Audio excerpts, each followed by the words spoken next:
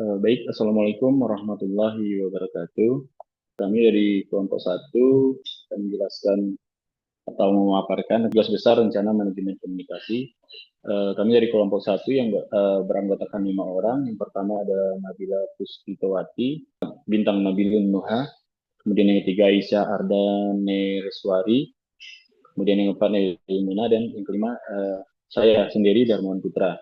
Eh, Tugas besar rencana manajemen komunikasi kami ini mengambil studi kasus di proyek Refinery Development Master Plan atau RDMP Balikpapan. Berikut adalah isi dari pemaparan kami secara umum. Ada empat bagian secara umum. Yang pertama itu gambaran umum proyek, yang kedua perencanaan manajemen komunikasi, yang ketiga pengelolaan komunikasi, dan keempat pemantauan komunikasi.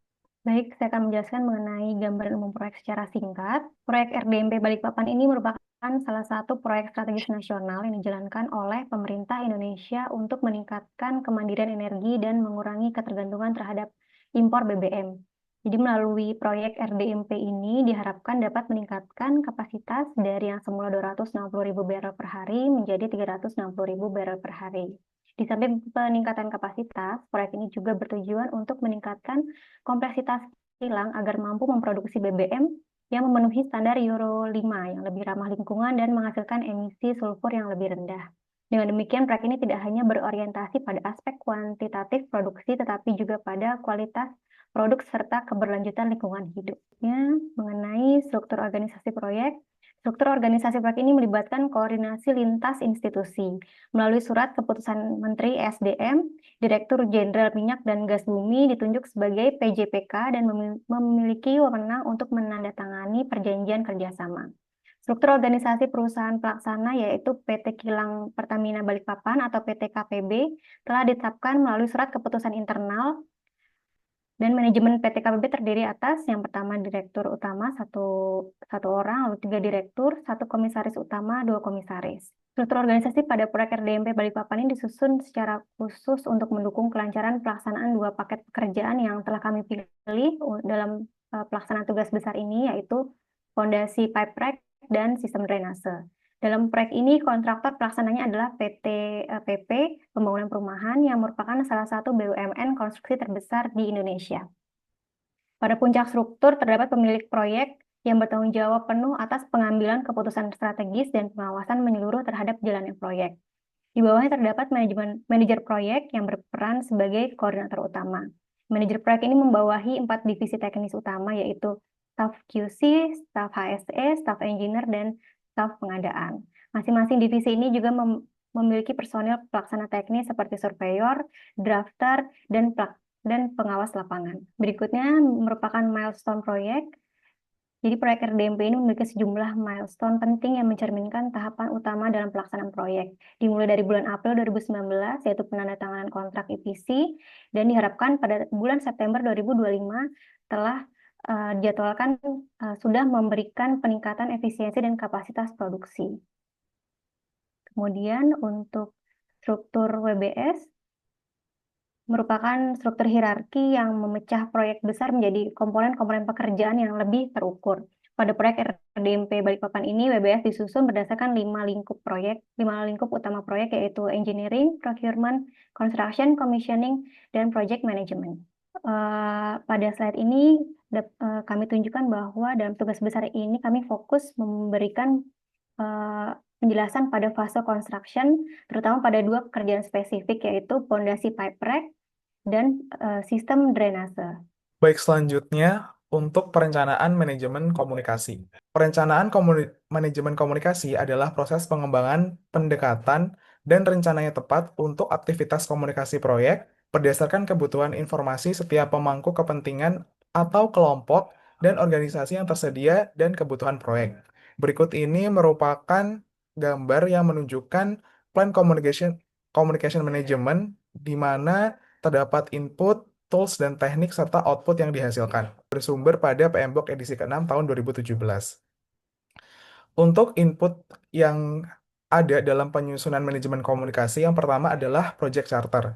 Yang kedua adalah rencana manajemen proyek.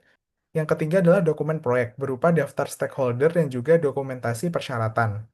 Kemudian yang keempat adalah faktor lingkungan perusahaan, berupa budaya organisasi, politik, dan juga saluran komunikasi.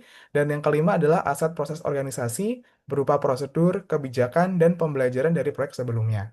Input rencana keterlibatan stakeholder, di mana dalam dokumen rencana keterlibatan ini telah diidentifikasi berbagai stakeholder beserta status keterlibatannya, tanggung jawab mereka, jenis kegiatan, atau informasi yang dibutuhkan, metode komunikasi yang digunakan, serta waktu pelaksanaannya. Dengan mengetahui status keterlibatan, tim proyek dapat menentukan pendekatan komunikasi yang tepat bagi masing-masing pihak.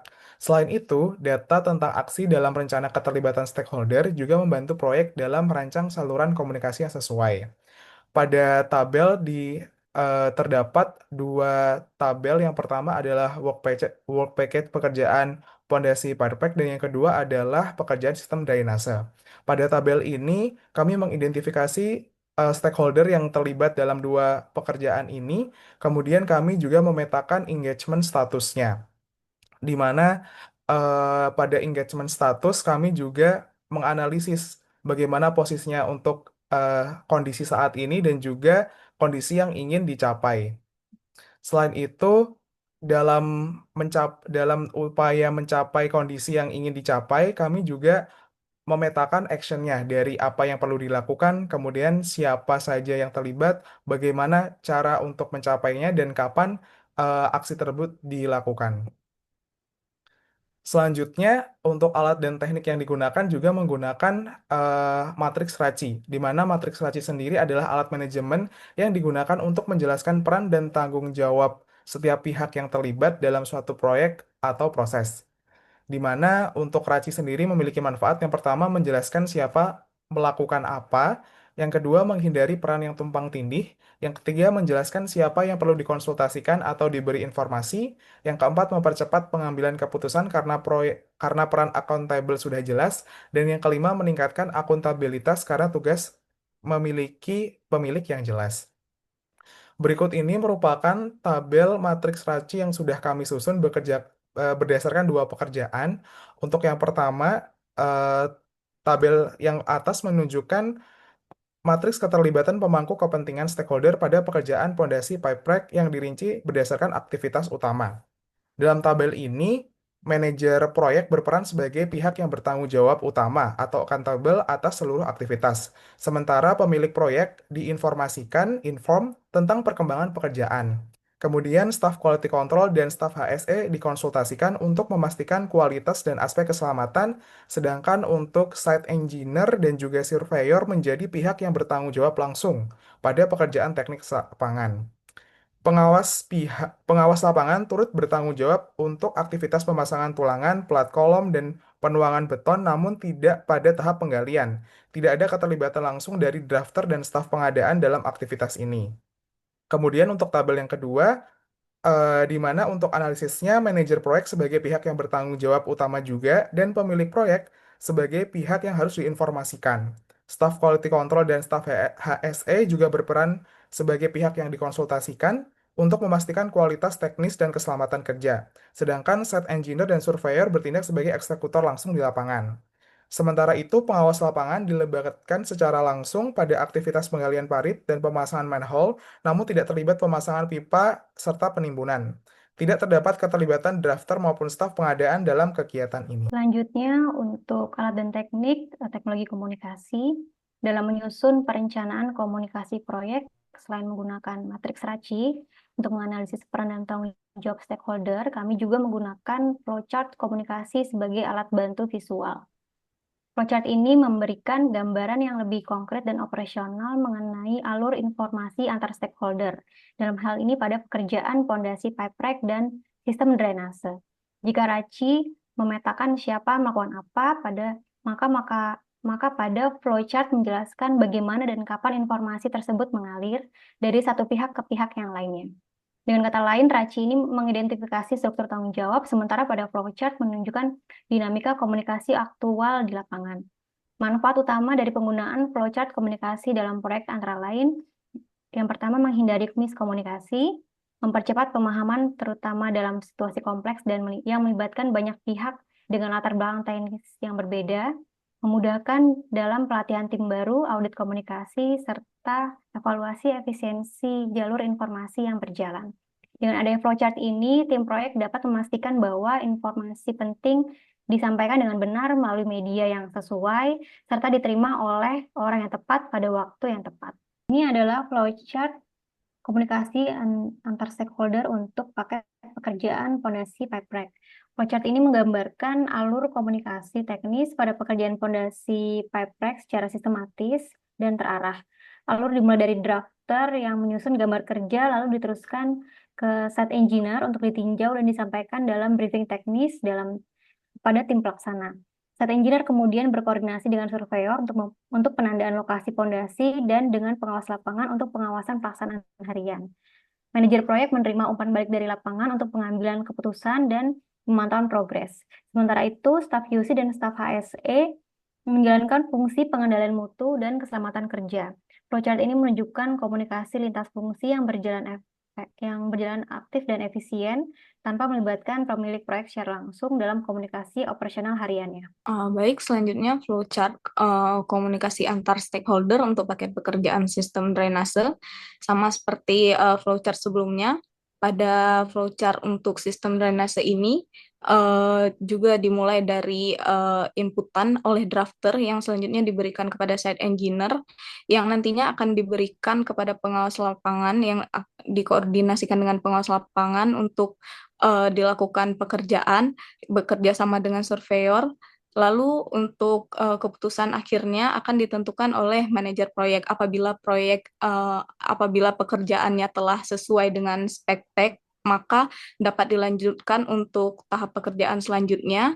Namun apabila tidak, maka manajer proyek akan kembali berkoordinasi dengan site engineer untuk memperbaiki dan mengulang kembali pekerjaannya. Begitu pula untuk tahapan aktivitas selanjutnya hingga tahapan aktivitas terakhir yaitu penimbunan dan pemulihan, di mana staf QC membuat laporan terhadap uji mutu dan juga laporan kepadatan tanah serta akhirnya memberikan kepada manajer proyek untuk menentukan hasil akhir dari pekerjaan ini. Apabila pekerjaannya sudah sesuai, maka akan dilanjutkan untuk tahapan berikutnya.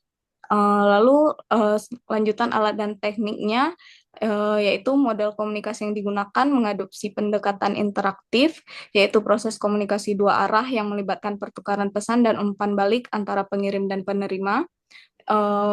Metode komunikasi yang digunakan yaitu komunikasi interaktif, komunikasi push, dan komunikasi pull. Selanjutnya keterampilan interpersonal dan tim yang dibutuhkan yaitu penilaian gaya komunikasi, kesadaran politik dan budaya, kemampuan negosiasi dan resolusi konflik, serta komunikasi persuasif dan pelatihan.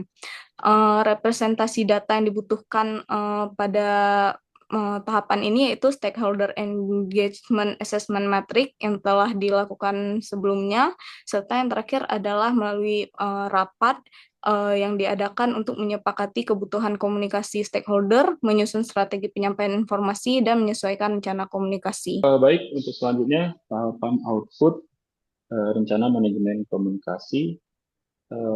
Setelah melakukan tahapan input, kemudian menganalisis alat dan teknik, hingga menghasilkan output berikut, di mana ini adalah output dari rencana manajemen komunikasi untuk pekerjaan fondasi PipeRack, di mana ada beberapa stakeholder yang sudah kami coba analisis dengan perannya masing-masing dan menentukan komunikasi, artefak, dan teknologi yang akan digunakan dalam paket pekerjaan fondasi PipeRack ini. Secara umum terdiri dari dokumen-dokumen teknis, laporan, soft drawing dan spek teknis serta dokumentasi yang dibutuhkan. Untuk metode komunikasinya pertemuan langsung menggunakan email atau pesan instan, kemudian rapat secara mingguan. Untuk tipenya itu ada progres pekerjaan, laporan mutu, laporan HSE, kemudian dokumen-dokumen teknis lainnya.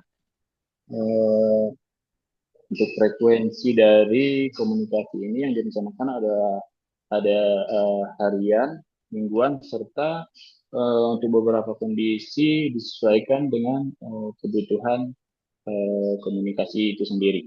Kemudian ini adalah asumsi dan batasan yang coba kami susun di rencana manajemen komunikasi ini, di mana asumsi yang pertama, semua pemangku kepentingan memiliki akses terhadap komunikasi yang digunakan, kemudian gambar kerja dan penutur tersedia dan diperbaiki sesuai dengan progres lapangan, kemudian komitmen terhadap jadwal komunikasi ditetapkan secara konsisten. Batasan-batasan yang coba kami uraikan, yang pertama itu akses internet terbatas di beberapa lokasi proyek, kemudian kedua keterbatasan waktu pelaporan harian saat cuaca ekstrim atau kondisi darurat, kemudian yang ketiga respon lambat dari vendor dapat mempengaruhi alur informasi pengadaan. Ini adalah rencana manajemen komunikasi paket pekerjaan untuk sistem drainase. Secara umum sama dengan paket pekerjaan pipe sebelumnya. Begitu juga dengan asumsi serta batasan dan brosur istilah dan akronimnya. Selanjutnya, untuk pengelolaan komunikasi. Pengelolaan komunikasi merupakan proses untuk memastikan pengumpulan, pembuatan, pendistribusian, penyimpanan, pengembalian, pengelolaan, pemantauan, dan penyelesaian akhir informasi proyek yang tepat waktu dan tepat. Proses ini harus memungkinkan fleksibilitas dalam aktivitas komunikasi yang memungkinkan penyesuaian dalam metode dan teknik untuk mengakomodasi perubahan kebutuhan pada pemangku kepentingan dan juga proyek. Nah, untuk dokumen-dokumen yang dibutuhkan sebagai input, terdapat rencana manajemen sumber daya untuk pengelolaan tim atau sumber daya fisik, lalu rencana manajemen komunikasi yang menjelaskan bagaimana seluruh proses komunikasi dalam proyek, serta rencana keterlibatan stakeholder. Selain itu juga ada beberapa dokumen proyek seperti daftar stakeholder, log issue, daftar lesson learned, dan lain-lain, serta faktor lingkungan perusahaan dan juga aset proses organisasi. Nah, untuk tools and techniques-nya itu bisa dilihat kembali teknologi komunikasinya, teknologi apa yang cocok untuk koordinasi antar pihak yang bisa dilakukan secara real time, dan juga bagaimana dokumentasi dari suatu aktivitas dapat diakses oleh semua pihak. Contohnya seperti penggunaan Microsoft Teams, WhatsApp Group, email, atau bahkan HT sebagai alternatif jika ada kendala jaringan. Untuk metode komunikasi juga digunakan push communication seperti pengiriman gambar melalui email, dan juga interactive communication seperti rapat koordinasi dan lain-lain. Nah, untuk communication skills ini, untuk kedua work package terpilih, tentunya dibutuhkan keterampilan dalam membawakan presentasi dan visualisasi teknis, karena kedua work package cukup bergantung dengan gambar kerja dan sketsa lapangan. Bisa di next. Nah, selain itu, memanfaatkan sistem informasi manajemen proyek atau PMIS seperti Microsoft Project itu juga dapat membantu untuk memantau status proyek. Begitu juga dengan laporan proyek yang disampaikan sesuai dengan frekuensi penyampaian yang telah ditentukan sebelumnya. Dan juga untuk keterampilan dalam bernegosiasi, aktif mendengar, penyelesaian konflik, itu juga dibutuhkan. Hingga melakukan rapat mingguan seperti yang itu sebagai media untuk validasi laporan proyek. Untuk output dari proses ini, kami menggunakan metode checklist, di mana penerapan checklist ini dalam proses pemantauan komunikasi ini merupakan langkah penting untuk memastikan bahwa semua aktivitas komunikasi telah dilakukan sesuai rencana dan tidak ada aspek yang terlewatkan. Checklist ini sebagai alat bantu untuk evaluasi apakah informasi yang telah disampaikan itu tepat melalui saluran komunikasi yang sesuai dalam format yang direncanakan dan pada waktu yang telah ditentukan. Dengan menggunakan checklist, tim proyek dapat secara rutin menilai efektivitas pelaksanaan komunikasi serta melakukan tindakan korektif bila terjadi perbedaan dari rencana. Nah, ini merupakan contoh penerapan checklist yang mengacu pada dokumen rencana manajemen komunikasi. Jadi dapat dilihat ada aspek-aspek komunikasi yang sudah direncanakan pada rencana manajemen komunikasi, dan pada bagian kanan itu merupakan catatan pelaksanaan. Jadi mencatat apakah aspek-aspek komunikasi tersebut sudah diterapkan apa belum, dan juga ini keterangan realisasi tersebut. Ini yang tadi merupakan contoh checklist pada pekerjaan pondasi pipe, dan ini merupakan pekerjaan sistem drainase. Dan ini begitu juga tabel berikut ini merupakan contoh penerapan checklist yang mengacu pada dokumen rencana keterlibatan stakeholder. Jadi terutama pada bagian action-nya. Jadi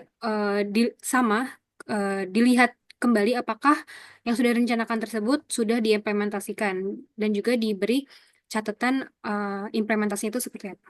Oke, selanjutnya pemantauan komunikasi. Jadi, pemantauan komunikasi merupakan proses untuk memastikan kebutuhan informasi proyek dan stakeholder-nya terpenuhi, di mana tahapan ini akan menentukan apakah metode dan aktivitas komunikasi yang direncanakan telah memberikan dampak yang diinginkan atau belum pada pekerjaan yang dijalankan. Lalu, untuk pada proyek ini, merupakan salah satu inputnya yaitu rencana manajemen sumber daya. Ini untuk work package pekerjaan fondasi paper pack dan sistem drainase untuk mendukung pelaksanaan proses monitor komunikasi.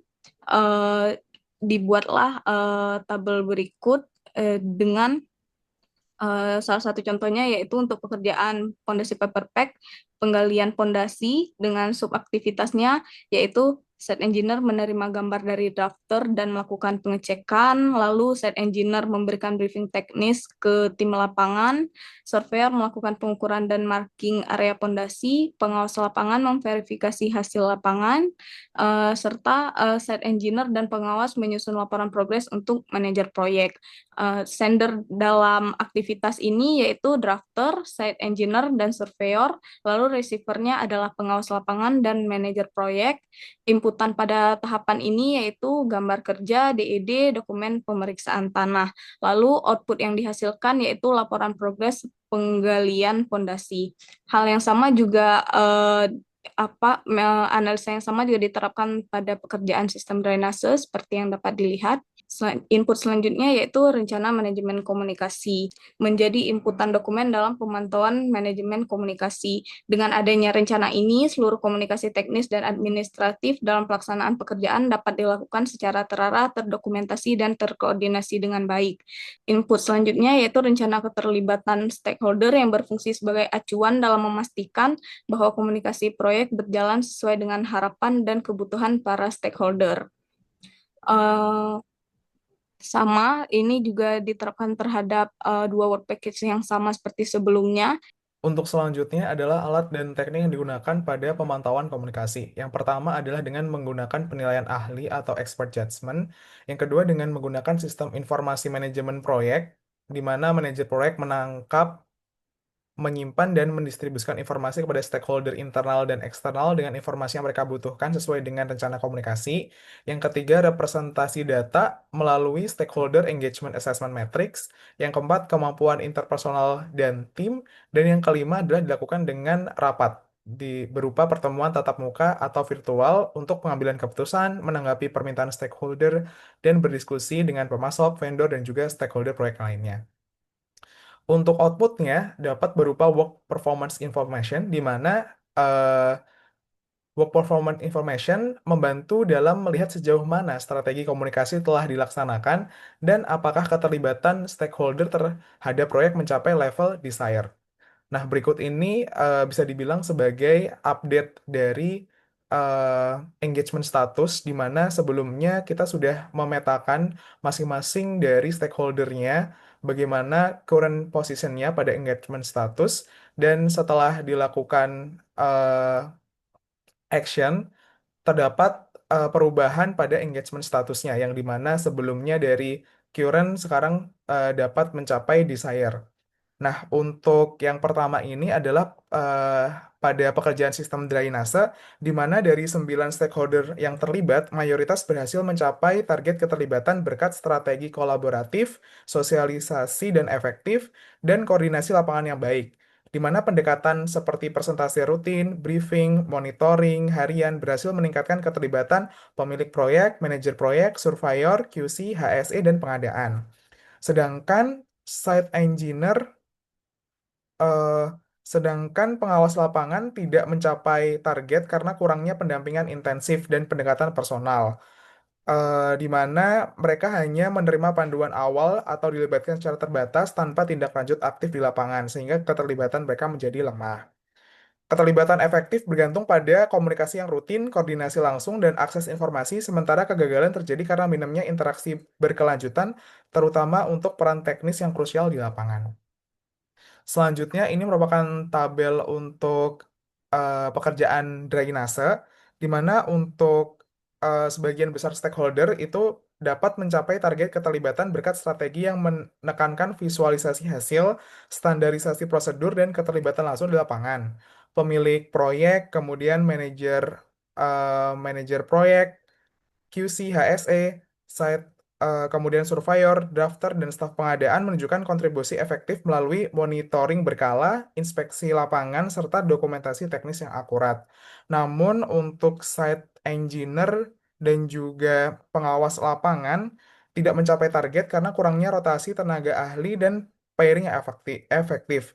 Keterlibatannya terbatas pada briefing awal tanpa pendampingannya rutin, sehingga pengawasan material tidak optimal. Oleh karena itu, pada tabel ini juga dijelaskan untuk action selanjutnya, baik untuk stakeholder yang sudah tercapai, untuk engagement statusnya, maupun yang belum tercapai. Selanjutnya, output selanjutnya dapat berupa Project Management Plan Updates, di mana di sini diidentifikasi untuk aspek komunikasinya dari metode komunikasi, frekuensi, tipe informasi, stakeholder kunci, dan juga dokumen artefak. Diidentifikasi action before dan juga afternya, apa yang perlu dilakukan dari hasil engagement status yang sudah diupdate, mengacu juga pada dokumen-dokumen diperlukan untuk sumber dokumen yang diidentifikasi. Berikut ini untuk pekerjaan drainase kurang lebih juga sama, di mana menekankan pada action selanjutnya yang harus dilakukan setelah engagement status diupdate.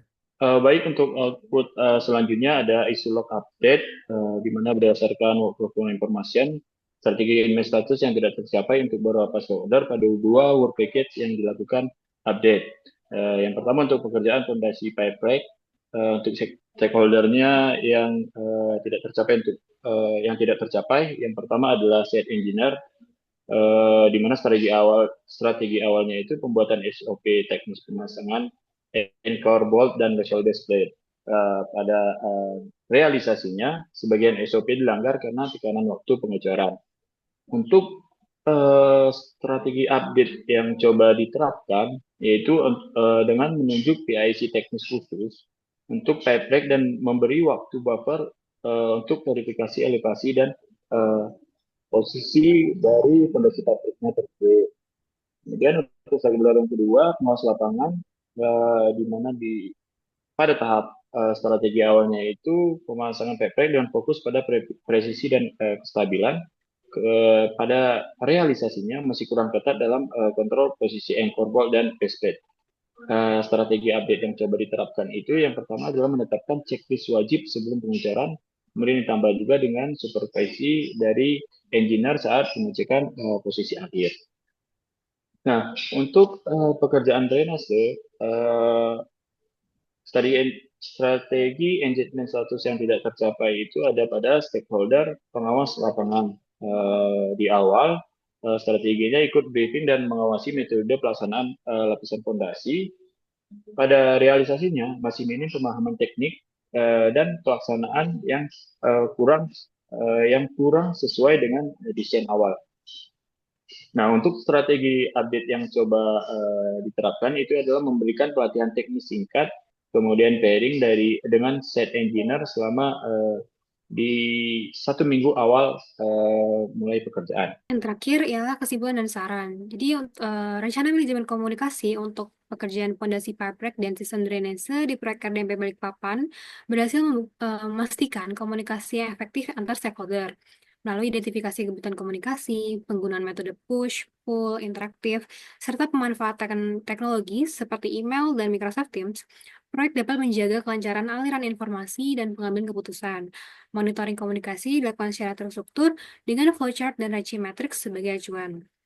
Untuk sarannya, itu bisa melakukan evaluasi efektivitas komunikasi secara berkala, meningkatkan keterampilan interpersonal tim proyek, mengoptimalkan penggunaan sistem manajemen informasi proyek atau PMIS, menyesuaikan media komunikasi dengan kebutuhan proyek, memperbarui rencana komunikasi sesuai perkembangan proyek, dan juga memastikan dokumentasi komunikasi tersimpan secara sistematis. Yang berikut merupakan daftar pustaka dalam menyusunan laporan tugas besar ini. Mungkin itu saja yang bisa kami sampaikan. Mohon maaf jika ada kesalahan dalam berucap. Kami ucapkan terima kasih. Wassalamualaikum warahmatullahi wabarakatuh.